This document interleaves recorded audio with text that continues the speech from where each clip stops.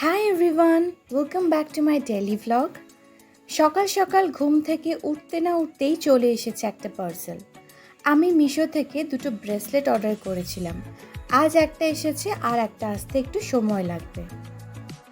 এই যে সেই ব্রেসলেট, দেখে বেশ কিন্তু সোনার মতোই লাগছে। ওই টাকিলা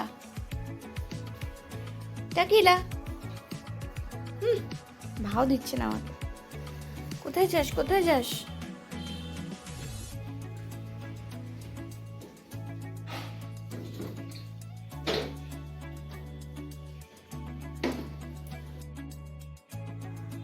বেশ কিছুদিন থেকে ভাবছিলাম হেয়ার স্পা করব। সে আর সময় করে যাওয়াই হচ্ছে না, আর দিন দিন চুলের অবস্থা খারাপ হয়েই যাচ্ছে। তাই আজকে ঠিক করেছি যে বাড়িতে একটা হেয়ার মাস্ক বানাবো। চলুন আপনাদেরকেও দেখাই কিভাবে বানিয়েছি এই হেয়ার মাস্কটা। প্রথমে ফ্রাইং প্যানের মধ্যে এক গ্লাস জল দিয়ে নিয়েছি। জলটা একটু ফুটে এলে ওর মধ্যে চালের গুঁড়ো আর ফ্ল্যাক্সিডের গুঁড়ো দিয়ে নিয়েছি। আপনারা চুলের লেন্থ অনুযায়ী চাল আর ফ্ল্যাক্সিডের পাউডারটা ইউজ করবেন। এবার এটাকে ভালো করে মেশাতে হবে যাতে কোনো লাম্পস না থাকে। এটা ঠান্ডা হয়ে গেলে ওর মধ্যে অ্যালোভেরা জেল আর আলমন্ড অয়েল মিশিয়ে নেবেন। আলমন্ড অয়েল না থাকলে যে কোনো হেয়ার অয়েল মেশাতে পারেন। এরপর বড় মা দেখে আমড়া মাখা নিয়ে এলো।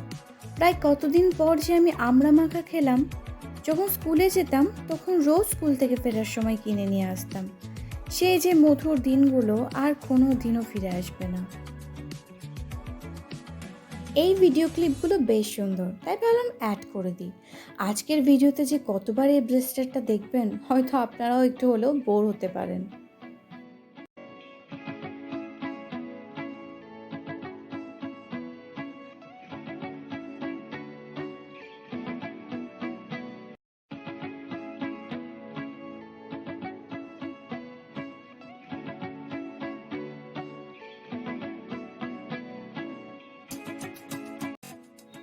বেশ কিছুদিন থেকে ডক্টর রাসেলের ভাইটামিন সি সিরামটা ইউজ করছি।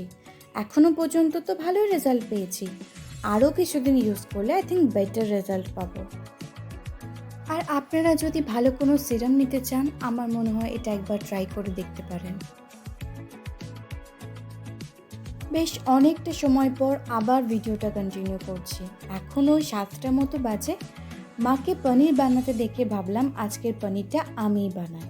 বাস যেই ভাবা সেই কাজ।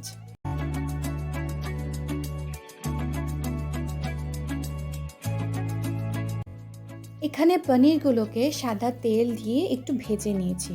আপনারা চাইলে বাটার দিয়েও ভাজতে পারেন। তারপর ওই তেলের মধ্যে গোটা জিরে, এলাচ, দারচিনি, লবঙ্গ দিয়ে পেঁয়াজ কুচি আর কাঁচা লঙ্কা দিয়ে নিয়েছি। একটু ভেজে নিয়ে ওর মধ্যে আদা রসুন বাটা, টমেটো কুচি আর বেশ কয়েকটা কাজু বাদাম দিয়ে নিয়েছি।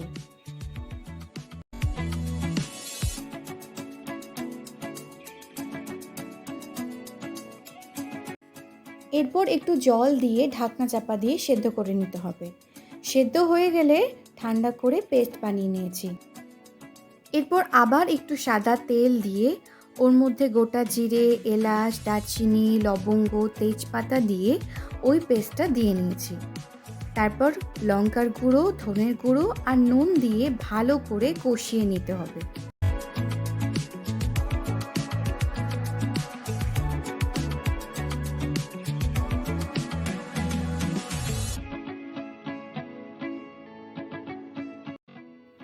যখন দেখবেন তেল ছেড়ে দিয়েছে, তখন পনিরগুলো দিয়ে একটু জল দিয়ে ফুটিয়ে নিন।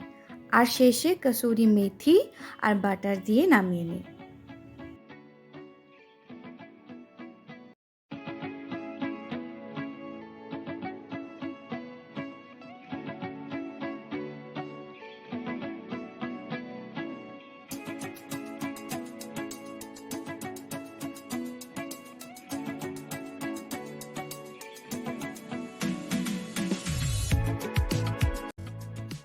সো আজকের ব্লগটা এইটুকুই।